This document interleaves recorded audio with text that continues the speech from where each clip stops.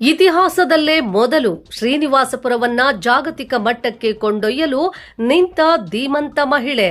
ಮಾವಿನ ನಗರಿಗೆ ಇಂದಿರಾ ರೆಡ್ಡಿ ಹೊಸ ಭಾಷ್ಯ. ಅದ್ದೂರಿ ಮಾವು ಮೇಳದ ಹಿಂದೆ ಒಬ್ಬ ಹೆಣ್ಣು ಮಗಳ ಸಾರಥ್ಯ. ವಿಶ್ವ ಪ್ರಸಿದ್ಧ ಮಾವಿನ ನಗರಿ ಶ್ರೀನಿವಾಸಪುರದ ಇತಿಹಾಸದಲ್ಲೇ ಇಂತಹದ್ದೊಂದು ಕ್ರಾಂತಿಕಾರಿ ಹೆಜ್ಜೆ ಈ ಹಿಂದೆ ಎಂದೂ ಇಟ್ಟಿರಲಿಲ್ಲ. ಇಷ್ಟು ದಿನ ಕೇವಲ ಭಾಷಣಗಳಿಗೆ ಸೀಮಿತವಾಗಿದ್ದ ರೈತರ ಕಣ್ಣೀರನ್ನು ಒರೆಸಲು, ಈ ತಾಲೂಕನ್ನು ಅಭಿವೃದ್ಧಿಯ ಪಥದಲ್ಲಿ ಮುನ್ನಡೆಸಲು ಒಬ್ಬ ಧೀಮಂತ ಮಹಿಳೆ ಮೈದಾನಕ್ಕಿಳಿದಿದ್ದಾರೆ. ಅವರೇ ಶ್ರೀ ಬಾಲಾಜಿ ಎಜುಕೇಷನಲ್ ಟ್ರಸ್ಟ್ನ ಸಾರಥಿ, ಶಿಕ್ಷಕಿ, ಸಮಾಜ ಸೇವಕಿ ಹಾಗೂ ಹೋರಾಟಗಾರ್ತಿ ಶ್ರೀಮತಿ ಇಂದಿರಾ ರೆಡ್ಡಿ. ಶ್ರೀನಿವಾಸಪುರದ ಇತಿಹಾಸದಲ್ಲೇ ಮೊಟ್ಟಮೊದಲ ಬಾರಿಗೆ ರೈತರ ಮುಖದಲ್ಲಿ ಮಂದಹಾಸ ಮೂಡಿಸುವ ಸಲುವಾಗಿ ಇಂದಿರಾ ರೆಡ್ಡಿ ಅವರ ನೇತೃತ್ವದಲ್ಲಿ ಸರ್ಕಾರಿ ಗರ್ಲ್ಸ್ ಕಾಲೇಜಿನ ಆವರಣದಲ್ಲಿ ಅತ್ಯಂತ ಅದ್ದೂರಿಯಾಗಿ ಹಮ್ಮಿಕೊಳ್ಳಲಾಗಿದ್ದ ಮಾವು ಮೇಳ 2026 ಯಶಸ್ವಿಯಾಗಿ ಸಂಪನ್ನಗೊಂಡಿದೆ. ಈ ತಾಲೂಕಿನ ಹೆಣ್ಣು ಮಗಳು ಮನಸ್ಸು ಮಾಡಿದ್ರೆ ಏನನ್ನಾದರೂ ಸಾಧಿಸಬಹುದು ಎಂಬುದಕ್ಕೆ ಈ ಮಾವು ಮೇಳವೇ ಸಾಕ್ಷಿ. ಕಾರ್ಯಕ್ರಮದ ಮೊದಲ ದಿನವೇ ಕೆಆರ್ಎಸ್ ಪಕ್ಷದ ರಾಜ್ಯಾಧ್ಯಕ್ಷರಾದ ರವಿಕೃಷ್ಣ ರೆಡ್ಡಿ ಹಾಗೂ ಮಾವು ಬೆಳೆಗಾರರ ಸಂಘದ ಅಧ್ಯಕ್ಷರಾದ ನೀಲಟೂರು ಚಿನ್ನಪ್ಪ ರೆಡ್ಡಿ ಅವರೊಂದಿಗೆ ಸಾರಥ್ಯ ವಹಿಸಿದ್ದ ಇಂದಿರಾ ರೆಡ್ಡಿ ಅವರು ಮಾವಿನ ಸಸಿಗೆ ನೀರುಣಿಸುವ ಮೂಲಕ ಕಾರ್ಯಕ್ರಮಕ್ಕೆ ವಿಭಿನ್ನ ಹಾಗೂ ಅರ್ಥಪೂರ್ಣ ಚಾಲನೆ ನೀಡಿದ್ರು. ಸಿಂಹಿಣಿಯಂತೆ ಗರ್ಜಿಸಿದ ಇಂದಿರಾ ರೆಡ್ಡಿ. ಇದು ಕೇವಲ ಹಬ್ಬದ ಆಚರಣೆಯಷ್ಟೇ ಅಲ್ಲ, ಇದರ ಹಿಂದೆ ಇಂದಿರಾ ರೆಡ್ಡಿ ಅವರ ತೀವ್ರವಾದ ಹೋರಾಟದ ಹಾದಿ ಇದೆ. ವೇದಿಕೆಯ ಮೇಲೆ ಗರ್ಜಿಸಿದ ಇಂದಿರಾ ರೆಡ್ಡಿ ಅವರು ಶ್ರೀನಿವಾಸಪುರದಲ್ಲಿ 60ಕ್ಕೂ ಹೆಚ್ಚು ಬಗೆಯ ವಿಶ್ವ ಪ್ರಸಿದ್ಧ ಮಾವಿನ ತಳಿಗಳನ್ನ ಬೆಳೆದರೂ ನಮ್ಮ ರೈತರಿಗೆ ಸಿಗಬೇಕಾದ ಸೂಕ್ತ ಬೆಲೆ ಸಿಗುತ್ತಿಲ್ಲ ಎಂದು ಆಡಳಿತ ವ್ಯವಸ್ಥೆಯ ವಿರುದ್ಧ ತೀವ್ರ ಆಕ್ರೋಶ ವ್ಯಕ್ತಪಡಿಸಿದ್ರು.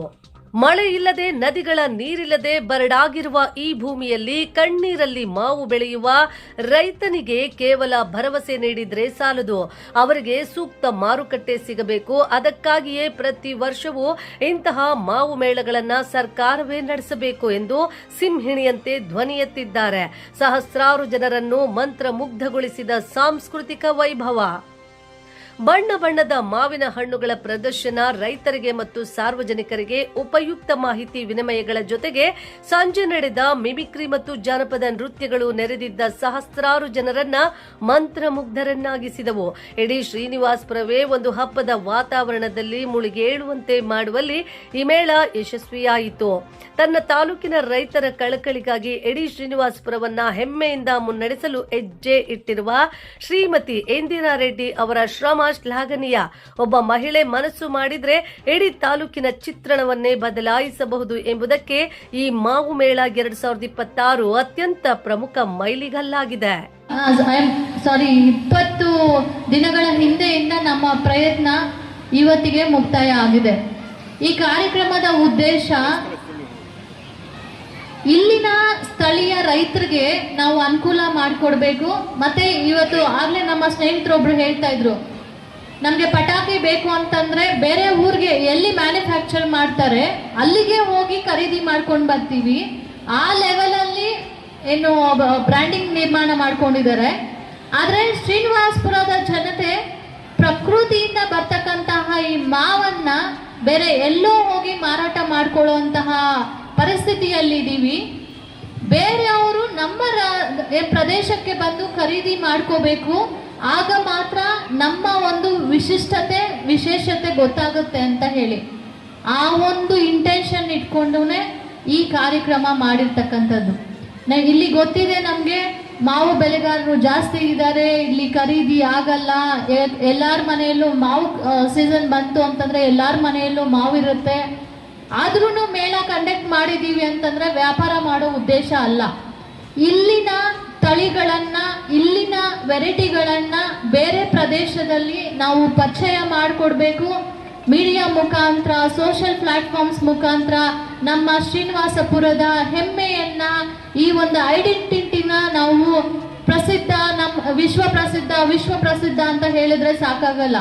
ಆದರೆ ರೈಟ್ ಪ್ಲಾಟ್ಫಾರ್ಮ್ ಅನ್ನ, ವೇದಿಕೆಯನ್ನ ಕಲ್ಪಿಸ್ಕೊಡೋದು ಈ ಮಾವಿನ ಮೇಳದ ಉದ್ದೇಶ ಆಗಿತ್ತು. ಈ ಒಂದು ಮಾವಿನ ಮೇಳ ನಾವು ಪ್ಲಾನ್ ಮಾಡಿದಾಗ ಇಲ್ಲಿರುವಂತಹ ನನ್ನ ಎಲ್ಲ ಸ್ನೇಹಿತರು ಮುಂದೆ ಬಂದು ಈ ಕಾರ್ಯಕ್ರಮದಲ್ಲಿ ನಾವು ಕೈ ಜೋಡಿಸ್ತೀವಿ ಅಂತ ಹೇಳಿ ಸಾಕಷ್ಟು ಪ್ರಯತ್ನಗಳನ್ನ ಮನೆ ಮಠ ಬಿಟ್ಟು ನಮಗೋಸ್ಕರ ಈ ಶ್ರೀನಿವಾಸಪುರ ರೈತರಿಗೋಸ್ಕರ ಶ್ರಮ ಪಟ್ಟಿದ್ದಾರೆ. ಹ್ಯಾಂಡ್ ಬಿಲ್ಸ್ ಮನೆ ಮನೆಗೂ ತಲುಪೋದಕ್ಕೆ ಅವರೇ ಸ್ವಯಂ ಪ್ರೇರಿತರಾಗಿ ಆಟೋಗಳನ್ನು ಮಾಡಿಕೊಂಡು ಕೆಲವೊಂದು ಆಟೋ ಘಟಕದವರಿದ್ದಾರೆ, ಅವರು ಸಹ ಹೋಗಿ ಮನೆ ಮನೆಗೂ ಪಾಂಪ್ಲೆಟ್ಸ್ ಅನ್ನ ಹಂಚಿದ್ದಾರೆ. ಅದೇ ನಿಟ್ಟಿನಲ್ಲಿ ಇಲ್ಲಿರ್ತಕ್ಕಂತಹ ನಮ್ಮವರೇನೆ ಬ್ಯಾನರ್ಸ್ ಕಟ್ಸಿದ್ದಾರೆ, ಅವರೇ ಹತ್ತಿ ಕಟ್ಟಿದ್ದಾರೆ. ಯಾಕಂದ್ರೆ ನಮ್ಮ ಕಾರ್ಯಕ್ರಮ ಇದು, ನಮ್ಮ ಪ್ರದೇಶದ ಕಾರ್ಯಕ್ರಮ, ನಮ್ಮ ರೈತರಿಗೆ ಅನುಕೂಲ ಆಗತ್ತೆ. ಹಾಗಾಗಿ ನಮ್ಮ ರೈತರು ಬೆಳೆಯೋದಕ್ಕೋಸ್ಕರ ಏನ್ ಬೇಕಾದ್ರೂ ನಾವು ಮಾಡ್ತೀವಿ ಅನ್ನುವಂತಹ ಉದ್ದೇಶದಿಂದ ಇವತ್ತು ಮೊನ್ನೆಯಿಂದ ನಮ್ಮ ಕೈಯಲ್ಲಿ ಸಿಗ್ದಿರ ಇರುವಂತಹವರು ಒಬ್ಬರೇ ಈ ಗುಂಪಿನಲ್ಲಿ ನರೇಂದ್ರ ಅವರು ಶ್ರೀ ಬಾಲಾಜಿ ಎಜುಕೇಶನಲ್ ಟ್ರಸ್ಟ್ ನ ಟ್ರೆಷರರ್ ಆಗಿ ಖಜಾಂಚಿ ಆಗಿ ಕೆಲಸ ಮಾಡ್ತಾ ಇದ್ದಾರೆ. ಹಾಗೆ ಈ ಒಂದು ಕಾರ್ಯಕ್ರಮಕ್ಕೆ ನಮ್ಮ ಎಲ್ಲ ತಂಡ, ನಮ್ಮ ಕಾರ್ಯಕರ್ತರು ನಾವೆಲ್ಲ ಡಿಸೈಡ್ ಮಾಡಿ ಒಂದೊಂದು 5,000 ನಾವು ಡೊನೇಷನ್ ಹಾಕೊಂಡು ಮತ್ತೆ ಬೇರೆ ಬೇರೆ ಕಂಪನಿ ಓನರ್ಸ್ಗಳ ಹತ್ರ ಒಂದು ಸ್ವಲ್ಪ ಡೊನೇಷನ್ ಕಲೆಕ್ಟ್ ಮಾಡಿ, ಹಾಗೆ ಕಂಪ್ನಿ ಓನರ್ಗಳನ್ನ ಈ ಕಾರ್ಯಕ್ರಮಕ್ಕೆ ಬರಮಾಡಿ ಇಲ್ಲಿನ ವಿಶೇಷತೆಯ ಬಗ್ಗೆ ತಿಳಿಸಿ ಇಲ್ಲಿನ ರೈತರಿಗೆ ಒಂದು ಲಾಟ್ ಪರ್ಚೇಸ್ ಮಾಡೋದಕ್ಕೆ ನಾವು ಸಪೋರ್ಟ್ ಮಾಡಬೇಕು ಅಂತ ಹೇಳಿ ಕಂಪನಿಗಳಿಗೆ ಅಪ್ರೋಚ್ ಆದಾಗ ಸಾಕಷ್ಟು ಕಂಪನಿ ಓನರ್ಸು ಸಹ ಈ ಒಂದು ಕಾರ್ಯಕ್ರಮಕ್ಕೆ ಡೊನೇಷನ್ ಅನ್ನ ಕೊಟ್ಟಿದ್ದಾರೆ. ಮುಂದಿನ ದಿನಗಳಲ್ಲಿ ಅದು ಯಾರ್ಯಾರು ಕೊಟ್ಟಿದ್ದಾರೆ, ಎಷ್ಟೆಷ್ಟು ಕೊಟ್ಟಿದ್ದಾರೆ ಅಂತ ಹೇಳಿ ನಾವು ರಿಲೀಸ್ ಮಾಡ್ತೀವಿ. ಇದರಲ್ಲೇ ನಮ್ಮ ಪಾರದರ್ಶಕ ಆಡಳಿತ ಹೇಗೆ ಇದೆ ಮತ್ತೆ ನಮ್ಮ ಟೀಮ್ ಹೇಗೆ ಪಾರದರ್ಶಕವಾಗಿ ಕೆಲಸ ಮಾಡ್ತಾ ಇದೆ ಅಂತ ಹೇಳಿ ನೀವು ನೋಡ್ಬೋದು. ನಮಗೆ ದೇವರು ಅಷ್ಟು ಕೊಟ್ಟಿದ್ದಾರೆ, ನಮ್ಮ ಎಲ್ಲರಿಗೂ ತಿನ್ನೋದಕ್ಕೆ ಉಡೋದಕ್ಕೆ ಕಷ್ಟ ಇಲ್ಲ. ಆದ್ರೆ ನಮ್ಗೆ ಗೊತ್ತಿರುವಂತಹ ಜ್ಞಾನವನ್ನ ಟ್ರಾನ್ಸ್ಫರ್ ಮಾಡಬೇಕು, ನಮ್ಗೆ ಗೊತ್ತಿರುವಂತಹ ಅವಕಾಶಗಳನ್ನ ಮತ್ತೊಬ್ಬರಿಗೆ ಕೊಡಬೇಕು. ನಮ್ಗೆ ಗೊತ್ತಿರುವಂತಹ ಈ ಎಲ್ಲ ಒಂದು ಈವೆಂಟ್ ಆರ್ಗನೈಸೇಷನ್ ಅನ್ನ 4 ಜನಕ್ಕೆ ನಾಯಕತ್ವ ತುಂಬಿಸೋದಿಕ್ಕೆ, ನಾಯಕತ್ವ ಕೊಡೋದಿಕ್ಕೆ ನಾವು ಸಪೋರ್ಟಿವ್ ಆಗಿ ನಿಲ್ಬೇಕು ಅಂತ ಹೇಳಿ ಈ ಒಂದು ದೊಡ್ಡ ಮಟ್ಟದ ಕಾರ್ಯಕ್ರಮವನ್ನ ಮಾಡಿದ್ದು. ಮೊದಲನೇ ದಿನ ನಿನ್ನೆ ವಿವಿಧ ಸಂಘಟನೆಗಳ ಮುಖಂಡರು ಬಂದಿದ್ರು, KRS ಪಕ್ಷದ ಗೌರವಾಧ್ಯಕ್ಷರು ರವಿಕೃಷ್ಣ ರೆಡ್ಡಿ ಅವರು ಬಂದಿದ್ರು, ಹಾಗೆ ಇಲ್ಲಿನ ಡಿಪಾರ್ಟ್ಮೆಂಟ್ ಲೋಕಲ್ ಡಿಪಾರ್ಟ್ಮೆಂಟ್ ಅಧಿಕಾರಿಗಳು ಸಹ ನಮಗೆ ಯಾರೆಲ್ಲ ಸಪೋರ್ಟಿವ್ ಆಗಿ ನಿಂತಿದ್ರು ಅವರು ಬಂದಿದ್ರು. ಪೊಲೀಸ್ ಡಿಪಾರ್ಟ್ಮೆಂಟ್ ಎಸ್ಪೆಷಲಿ ಸೇಫ್ಟಿ ಮತ್ತೆ ಪಾರ್ಕಿಂಗ್ ಸಮಸ್ಯೆ ಆಗಬಾರ್ದು ಅಂತ ಹೇಳಿ ನಿನ್ನೆಯಿಂದ ಪಾಪ ಅವ್ರ ಜೀಪ್ ಇಲ್ಲೇ ಇದೆ ನೋಡ್ತಾ ಇದ್ದೀವಿ, ಅವರು ಸಹ ಸೆಕ್ಯೂರಿಟಿ ಕೊಟ್ಟು ಸಾಕಷ್ಟು ಸಪೋರ್ಟ್ ಮಾಡಿದ್ದಾರೆ. ಮತ್ತೆ KEB ಅಧಿಕಾರಿಗಳು ನಮಗೆ ಲೈಟ್ ವ್ಯವಸ್ಥೆ ಬೇಕಾಗಿದೆ ಅಂತ ಅಂದಿದ ತಕ್ಷಣ ಅವರೂ ಸಹ ಕರೆಂಟ್ ವ್ಯವಸ್ಥೆ ಮಾಡಿಕೊಟ್ಟು ಸಪೋರ್ಟ್ ಮಾಡಿದ್ದಾರೆ. ಅದೇ ನಿಟ್ಟಿನಲ್ಲಿ ಹಾರ್ಟಿಕಲ್ಚರ್ ಡಿಪಾರ್ಟ್ಮೆಂಟು ರೈತರಿಗೆ ದಯವಿಟ್ಟು ತಿಳಿಸಿ ಕಾರ್ಯಕ್ರಮ ಒಳ್ಳೆಯ ರೀತಿಯಲ್ಲಿ ಆಗ್ತಾ ಇದೆ, ಇಲ್ಲಿನ ರೈತರು ಬರಬೇಕು, ಅವರು ವೆರೈಟಿಗಳನ್ನ ಪರಿಚಯ ಮಾಡಿಸ್ಬೇಕು ಅಂತ ಹೇಳಿದಾಗ ತಿಳಿಸಿದೀವಿ ಅಂತ ಹೇಳಿದ್ರು. ವಾಟ್ ಎವರ್ ಅವ್ರ ಸಪೋರ್ಟ್ ನಮಗೂ ಸಿಕ್ಕಿತ್ತು, ಅವ್ರಿಗೂ ಧನ್ಯವಾದಗಳನ್ನ ತಿಳಿಸ್ತೀನಿ. ಅದೇ ನಿಟ್ಟಿನಲ್ಲಿ ಬಹಳ ಮುಖ್ಯವಾಗಿ ಇವತ್ತು ಫಾಸ್ಟ್ ಆಗಿ ಎಲ್ಲರಿಗೂ ಸ್ಪ್ರೆಡ್ ಆಗುವಂತಹ ಒಂದು ಕ್ಷೇತ್ರ ಅಂತಂದ್ರೆ ಅದು ಸೋಷಿಯಲ್ ಮೀಡಿಯಾ ಆಗಿರ್ಬೋದು, ನ್ಯೂಸ್ ಪೇಪರ್ ಆಗಿರ್ಬೋದು, ಮತ್ತೆ ಮಾಧ್ಯಮ ಒಂದು ಪ್ಲಾಟ್ಫಾರ್ಮ್ ಆಗಿರ್ಬೋದು. ಸೊ ಎಲ್ಲ ರೀತಿಯಲ್ಲೂ ನಮಗೆ ಬಹಳಷ್ಟು ನಿರೀಕ್ಷೆಗೂ ಮೀರಿ ಸಾಕಷ್ಟು ಸಪೋರ್ಟ್ ನಿಮ್ಮೆಲ್ಲರ ಕಡೆಯಿಂದ, ಪತ್ರಕರ್ತರ ಮೂಲಕ, ಮಾಧ್ಯಮದವರ ಮೂಲಕ, ಸೋಷಿಯಲ್ ಮೀಡಿಯಾ ಪ್ರಮೋಟರ್ಗಳ ಮೂಲಕ ಹೆಚ್ಚಾಗಿ ವಾಲಂಟಿಯರ್ಸ್ ಆಗಿ ಬಂದು ನಾವು ಪ್ರಮೋಟ್ ಮಾಡ್ತೀವಿ ಅಂತ ಹೇಳಿದ ಕಾರಣಕ್ಕೆ ನಿನ್ನೆ ಇವತ್ತು ಎಲ್ಲ ಸಾಕಷ್ಟು ಮುಳಬಾಗಲಿಂದ, ಕೋಲಾರಿಂದ, KGF ಕಡೆಯಿಂದ, ಬಂಗಾರಪೇಟೆ ಕಡೆಯಿಂದ, ಮಾಲೂರಿಂದ, ಇನ್ನೂ ಕೆಲವರು ಬೆಂಗಳೂರಿಂದಾನೂ ಸಹ ನಮಗೆ ಪರಿಚಯ ಇರ್ತಕ್ಕಂತಹ ಹಲವು ವ್ಯಕ್ತಿಗಳು ಇಲ್ಲಿ ಬಂದು ಶ್ರೀನಿವಾಸಪುರದ ಮಾವಿನ ವಿಶೇಷತೆಯನ್ನ ಪರಿಚಯ ಮಾಡಿಕೊಂಡು ಹೋಗಿದ್ದಾರೆ. ಯಾರಿಗೆ ಹೆಮ್ಮೆ ಆಗ್ತಾ ಇದೆಯೋ ಇಲ್ವೋ ನಂಗೆ ಗೊತ್ತಿಲ್ಲ, ನಮ್ಮ ಟೀಮ್ ವರ್ಕ್ ಏನ್ ಕೆಲಸ ಮಾಡಿದೆ ನನಗೆ ಸಾಕಷ್ಟು ಹೆಮ್ಮೆ ಇದೆ. ಸಾಕಷ್ಟು ನಾಯಕರುಗಳು ನನ್ನ ಜೊತೆ ಇದ್ದಾರೆ ಅನ್ನೋ ಪ್ರೌಡ್ ಫೀಲಿಂಗ್ ಇದೆ.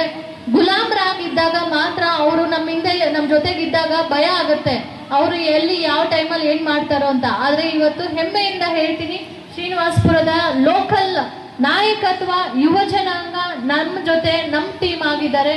ಅವರಿಂದ ಈ ಒಂದು ಯಶಸ್ಸಾದ ಕಾರ್ಯಕ್ರಮ, ದೊಡ್ಡ ಮಟ್ಟದ ಕಾರ್ಯಕ್ರಮ ಮಾಡೋದಕ್ಕೆ ಸಾಧ್ಯ ಆಯಿತು.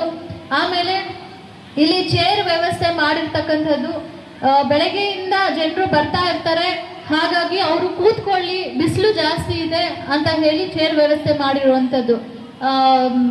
ಕೆಲವೊಂದು ಸುದ್ದಿಗಳು ಹರಿದಾಡ್ತಾ ಇತ್ತು, ಅಲ್ಲಿ ಚೇರ್ಗಳು ಖಾಲಿ ಇತ್ತು ಅದು ಇದು ಅಂತ. ಆದ್ರೆ ನಮ್ಗೆ ಯಾವುದು ರಿಗ್ರೆಟ್ ಫೀಲ್ ಆಗ್ಲಿಲ್ಲ. ಚೇರ್ಗಳು ಖಾಲಿ ಇದ್ರೂನು ಅಂಗಡಿಗಳಲ್ಲಿ ನೋಡಿದ್ರೆ ವ್ಯಾಪಾರಸ್ಥರಿಗೆ ವ್ಯಾಪಾರ ಆಗಿದೆ, ಮಾವು ಖರೀದಿದಾರರಿಗೆ ಮಾವು ಖರೀದಿಯನ್ನ ಮಾಡ್ತಾ ಇದ್ದಾರೆ.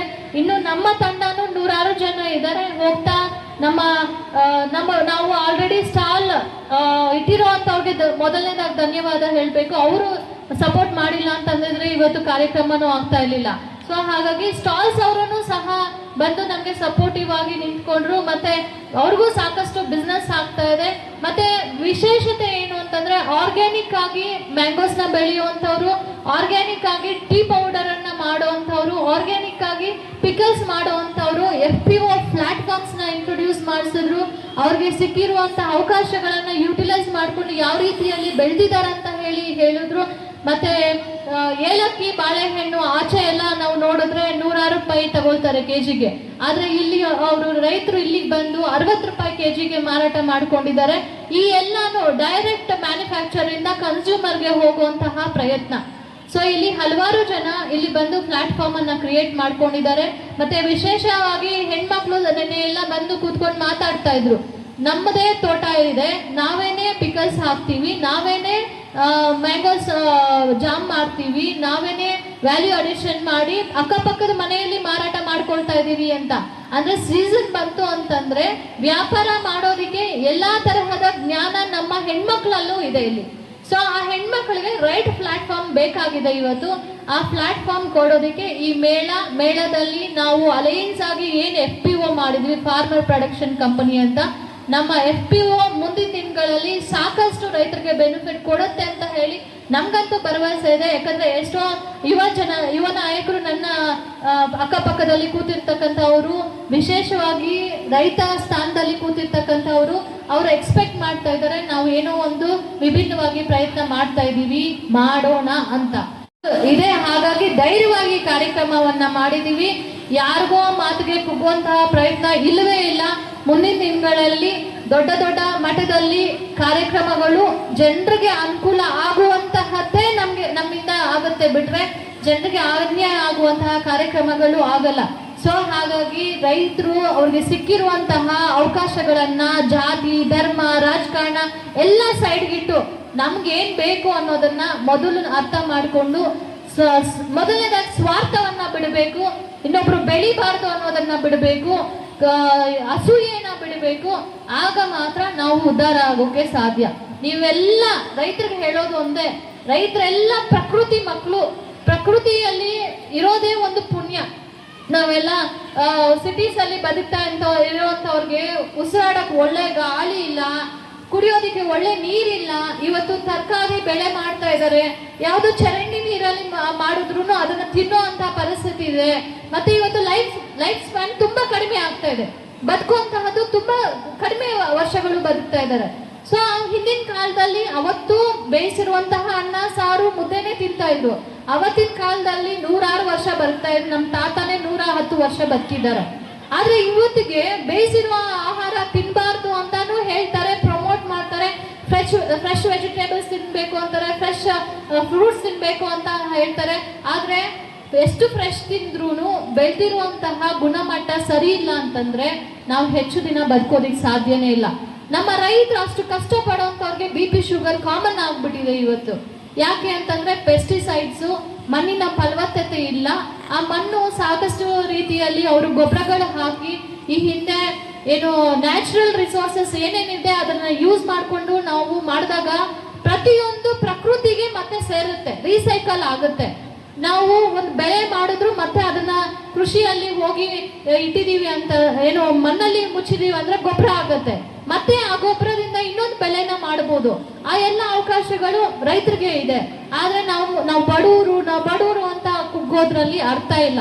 ದಯವಿಟ್ಟು ಮುಂದಿನ ದಿನಗಳಲ್ಲಿ ನಮ್ ಜೊತೆ ಬನ್ನಿ, ನಮ್ಗಿರುವಂತಹ ಜ್ಞಾನದಿಂದ ನಿಮ್ಗೆ ಏನ್ ಮಾಡ್ಬೇಕು ಅಂತ ಹೇಳಿ ಯೋಚನೆ ಮಾಡೋಣ. ಎಲ್ಲರೂ ಕೂತ್ಕೊಂಡು ಒಬ್ರು ಮಾಡತಕ್ಕಂತಹ ಕೆಲಸ ಅಲ್ಲ ಇದು, ದೊಡ್ಡ ಒಂದು ಪ್ಲಾಟ್ಫಾರ್ಮ್ ಕ್ರಿಯೇಟ್ ಮಾಡಬೇಕಾಗಿದೆ.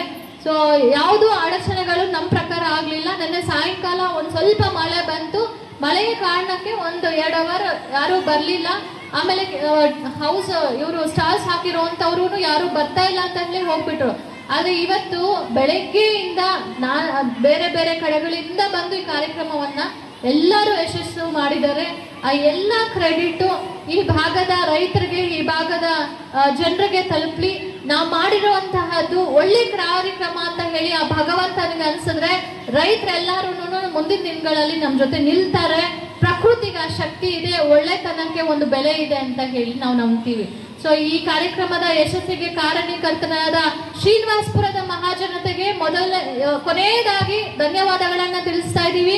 ನಾವೇನೋ ವಿಭಿನ್ನ ಪ್ರಯತ್ನ ಮಾಡಿದೀವಿ ಅಂತ ಹೇಳಿ ನಿಮ್ಮ ಮನೆಗಳಲ್ಲಿ ಕೂತ್ಕೊಳ್ದಿರಾ ಇಷ್ಟು ದೂರ ಬಂದು ನಮ್ಗೆ ಪ್ಲಾಟ್ಫಾರ್ಮ್ ಮಾಡಿಕೊಟ್ಟು ಈ ಕಾರ್ಯಕ್ರಮವನ್ನ ಯಶಸ್ಸು ಮಾಡಿದ್ದಕ್ಕೆ, ನಿನ್ನೆ ವಾಲಂಟಿಯರ್ ಆಗಿ ಬಂದು ಇಲ್ಲಿ ಡಾನ್ಸ್ ಕಾರ್ಯಕ್ರಮಗಳು, ವಿಧ ವಿಧ ರಂಗೋಲಿ ಸ್ಪರ್ಧೆಗಳಲ್ಲಿ ಭಾಗವಹಿಸಿದ್ದಕ್ಕೆ, ನಿಮ್ಮಲ್ಲಿರುವಂತಹ ಐಡಿಯಾಲಜಿಗಳನ್ನ ನಮ್ಮಲ್ಲಿ ಹಂಚಿಕೊಂಡದ್ದಕ್ಕೆ ತುಂಬಾ ಧನ್ಯವಾದಗಳನ್ನ ತಿಳಿಸ್ತೀನಿ. ಮತ್ತೆ ನಮ್ಮ ತಂಡಕ್ಕೂ ನಿಮ್ಮೆಲ್ಲರ ಒಂದು ಪರಿಶ್ರಮಕ್ಕೆ ಮುಂದಿನ ದಿನಗಳಲ್ಲಿ ನಮ್ಮ ರೈತರು ಅದರಿಂದ ಉಪಯೋಗ ಪಡ್ಕೊಳ್ತಾರೆ. ಮುಂದಿನ ದಿನಗಳಲ್ಲಿ ನಾವೆಲ್ಲರೂ ಆಕ್ಟಿವ್ ಆಗೋಣ, ನಮ್ಮೆಲ್ಲ ರೈತರಿಗೂ ನ್ಯಾಯ ಕೊಡಿಸೋಣ ಅಂತ ನಮ್ಮ ಟ್ರಸ್ಟ್ ವತಿಯಿಂದ ಒಂದು ಅಧ್ಯಕ್ಷ ಸ್ಥಾನದಲ್ಲಿ ಕೂತ್ಕೊಂಡು ಕಳಕಳಿಯವಾಗಿ ಕೇಳ್ಕೊಳ್ತಾ ಇದ್ದೀನಿ. ಧನ್ಯವಾದಗಳು. ಮತ್ತೊಮ್ಮೆ ಎಲ್ಲರಿಗೂ ಧನ್ಯವಾದಗಳು.